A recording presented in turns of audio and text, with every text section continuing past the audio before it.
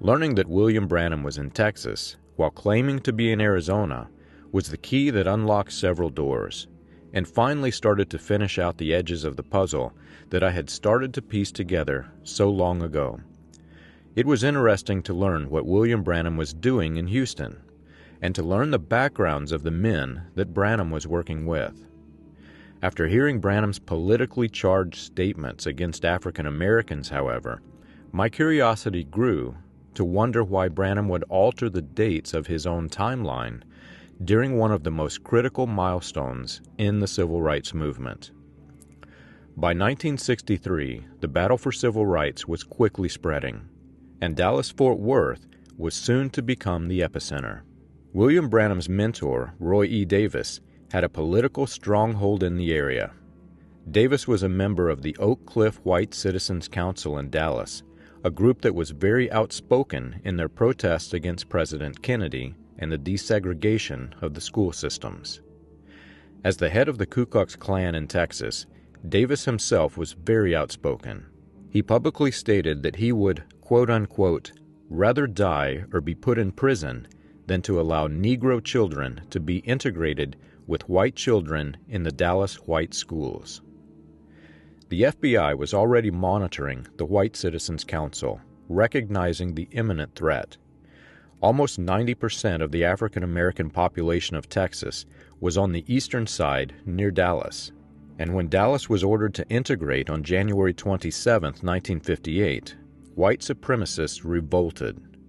In June of 1958, as the battle against integration was exploding, Davis was elected president of the White Supremacy Council to lead the opposition. Interestingly, this was the same time that Branham held campaigns in the Dallas-Fort Worth area. It was also one of the campaigns in which William Branham told his slave story, describing African Americans as aliens. By 1963, during the time that William Branham was in Texas, later claiming to be in Arizona, Dallas was on the verge of all-out war between racists and freedom seekers. African American freedom seekers in Dallas began protesting Dallas's refusal to obey the federal law and desegregate the schools. Dallas White Citizens Councils declared the laws to be treason and declared the president to be guilty of committing treason when he enacted them.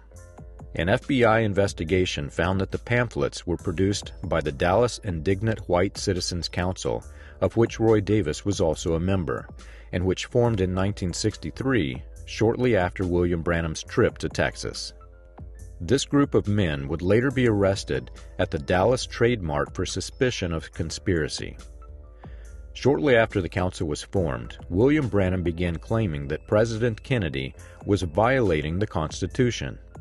He claimed that when Kennedy activated the National Guard to give equal opportunity to African Americans, the declaration to enforce desegregation, quote-unquote, broke the Constitution. William Branham began making aloud the same statements that Davis and his men were printing, and in doing so, he publicly supported the Indignant White Citizens Council against President Kennedy, even if he did not mention them by name. Branham then went on to compare Martin Luther King Jr. to Hitler and claimed that President Kennedy's support of equal rights was a denial of freedom of religion. This, he said, was, quote-unquote, the Antichrist. This floored me. I had never realized that William Branham claimed that President Kennedy was the Antichrist for supporting civil rights. I personally supported civil rights. Immediately after making that statement, William Branham compared Kennedy to the Pharaoh of Egypt and declared, "The Exodus is at hand." Those who sided with Kennedy were to be, quote-unquote, excommunicated from the Word. I started noticing the many times that William Branham spoke about John F. Kennedy. For religious sermons, these were very politically charged statements. They started during the time that Kennedy was running for office shortly after Davis became the Imperial Grand Dragon of the original Knights of the Ku Klux Klan. Branham's political statements became heated as the battle for civil rights intensified, and they became even more aggressive as the battle moved to Texas. William Branham was right about one thing: a showdown was coming. President Kennedy announced his trip to Dallas, and the white supremacy groups began to rally their efforts in protest. By the time he arrived, anger and hatred had been stirred up to the point of violence. As the presidential motorcade made its way through the crowds, the president was greeted by both love and hatred. Protesters flew Confederate flags and signs promoting white supremacy. African Americans pushed through the crowds to shake hands with the man who could grant them freedom. Shortly after, while riding through the Dealey Plaza, the president was shot by Lee Harvey Oswald. 2 days later, Oswald was killed by Jack Ruby. Every answer to the question behind the assassination plot disappeared with Oswald's death. As the information produced by a massive federal investigation was reviewed, the door was opened to a much larger investigation into conspiracy. Oswald and Ruby appeared to be pawns in a much larger game. The United States Secret Service opened an investigation into the Dallas white supremacy groups. Working with the Dallas Police Department, they traced the wanted for treason leaflets to Bobby Joyner of the White Citizens Council and Roy Davis. Witnesses claimed that the purchaser of the printers Joyner and Davis used looked like Lee Harvey Oswald in a wig. The printing presses for the wanted for treason leaflets were traced to printing equipment borrowed by Roy Davis from Earl Thornton. The Dallas police investigator, of the same police force in which Davis claimed to have planted Klan members, said that he knew Davis personally. He told the Secret Service that Davis was not involved and that he was no longer the Imperial Grand Dragon of the Ku Klux Klan. Davis had successfully rebirthed the old Klan from 1915, spread it across the nation, then disconnected himself. The group then splintered, forming multiple separate Klan organizations. Government reports had difficulty linking them all together and had to describe the connections appended to documents. It even confused the agents, and the documents had to be updated with the correct organization name. The sect Davis created was significant enough to gain the attention of the director of the FBI. Interviews producing information concerning the original Knights of the Ku Klux Klan were to be reported to the director himself. The pressure from Washington was intensifying. The hot debate in the 1964 Congress was the Civil Rights Bill, which would increase the federal government's power to enforce equality. The Ku Klux Klan, and everyone associated with the Klan, quickly became the center of attention. In 1964, everyone involved with the white supremacy groups began to scramble to cover their tracks. In the version of the message that I grew up in, we gave several verse titles to the prophet. He was, quote-unquote, the prophet of Malachi 4, which was secret code for he is the prophet Elijah. He was, quote-unquote, Revelation 10:7, a secret code for the messenger of our age. But most troubling, he was, quote-unquote, Luke 17:30, the Son of Man. Or more specifically, the Son of Man being revealed in secret to his cult following. This was problematic when we encountered knowledgeable Christians. To most Christians, the Son of Man is Jesus Christ. The Bible says the Son of Man has authority on earth to forgive sins in Luke 5:24. I never noticed that William Branham had started this doctrine in 1964, just as the United States government began investigating white supremacy groups. I thought back to how the prophet claimed to have saved Leslie Douglas Ashley, and how that quote-unquote salvation turned out to be through an insanity plea after Ashley claimed to be the return of Elijah the prophet. Branham had already claimed to be Elijah, while claiming to be sane. To use the same strategy, Branham would have to take things to a whole new level. Was William Branham preparing for an insanity plea by claiming to be Jesus Christ? When white supremacy leaders are interrogated before the House of Representatives, their statements are documented and made available to the public.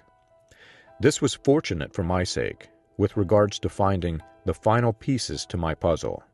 When the committee prepared their interrogation questions for the original Knights of the Ku Klux Klan, they questioned John D. Swenson. The committee recognized Roy Davis as the man who organized the rebirth of the original Ku Klux Klan. Davis had appointed Swenson, and Swenson had appointed Royal Young to lead the group as it grew and splintered. Davis also appointed Young to his position of Imperial Dragon. The investigation exposed the fact that Roy Davis had reactivated the Klan under William Simmons' 1915 secret oath. I had stumbled onto a gold mine. The problem? When the records were subpoenaed, the original Knights of the Ku Klux Klan burned all records, including membership records, to conceal all traces back to the men involved. Though the money exchanged, federal agents were able to identify entities created by the Ku Klux Klan that were used as false fronts to mask their agenda.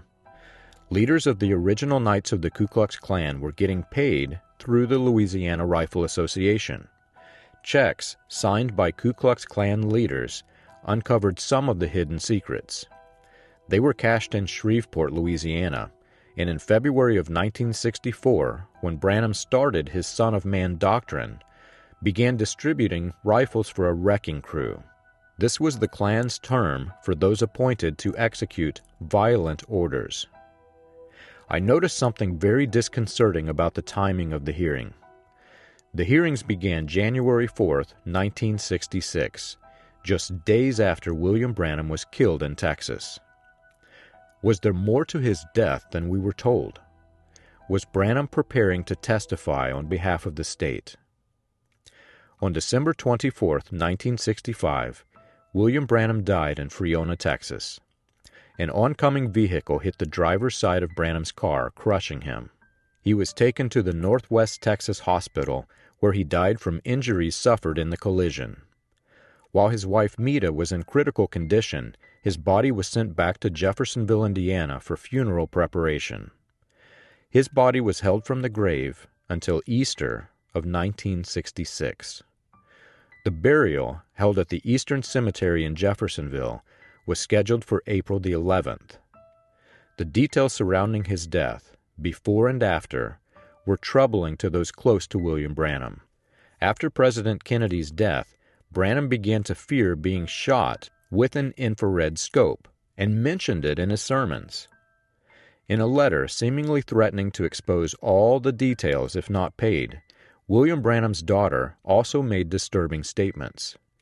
According to his daughter, William Branham was about to expose the names of people, quote-unquote, doing wrong, including cult members and even family.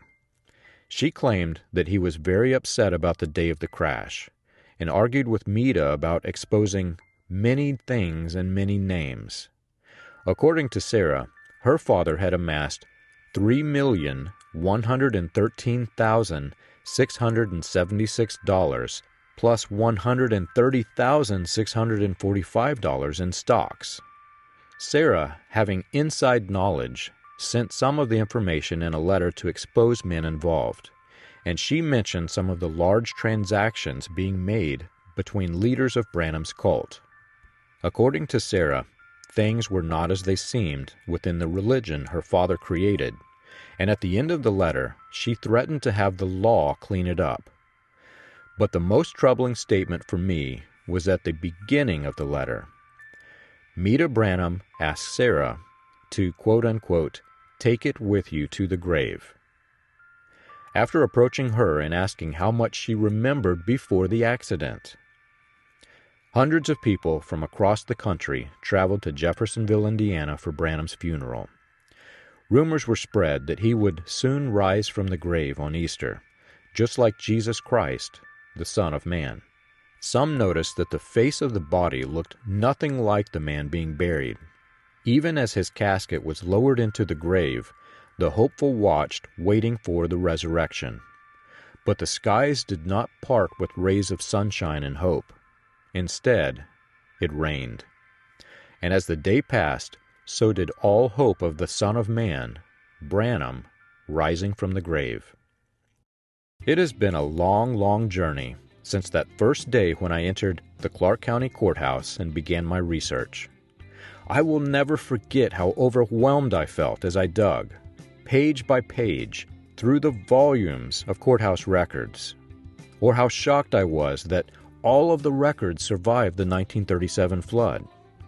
There were so much information to be found, completely overturning many of the fallacies that I was trained to believe.